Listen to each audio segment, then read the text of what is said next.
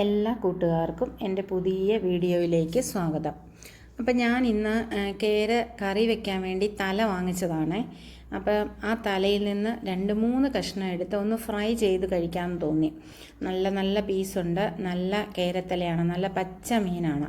അപ്പോൾ അതുകൊണ്ട് തന്നെ അതൊന്ന് ഫ്രൈ ചെയ്യാൻ വേണ്ടി ഞാൻ കുറച്ച് മീൻ എടുക്കാൻ തീരുമാനിച്ചു. അപ്പോൾ അതിന് വേണ്ടി ഒരു 3-4 കഷ്ണം എടുത്ത് വൃത്തിയായി കഴുകി, എല്ലുള്ള പീസാണ്. അപ്പോൾ അത് ഞാൻ വൃത്തിയായി കഴുകിയെടുത്തിട്ടുണ്ട്.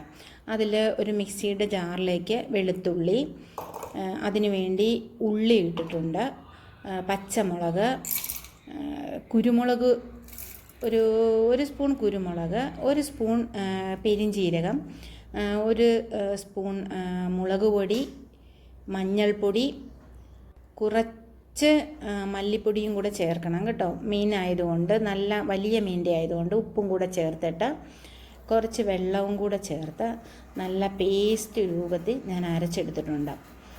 നന്നായിട്ട് അരയ്ക്കണം. എന്നിട്ട് അത് ഈ മീനിലേക്ക് നന്നായിട്ട് ഇളക്കി കൊടുത്ത് പിടിപ്പിക്കണം. ഉപ്പൊക്കെ നോക്കിയേക്കണം കേട്ടോ.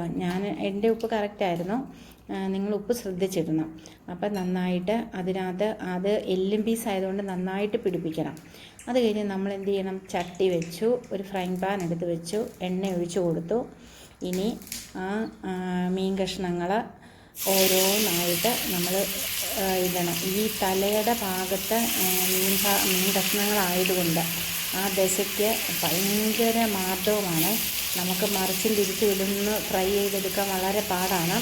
അപ്പോൾ അതുകൊണ്ട് പെട്ടെന്ന് പൊടിഞ്ഞു പോകും. പക്ഷേ അതിൻ്റെ എല്ലുള്ള ഭാഗം നല്ല ഹാർഡുമാണ്. മാംസം അതിനകത്തുനിന്ന് പെട്ടെന്ന് ഇളകി പോരുകയും ചെയ്യും.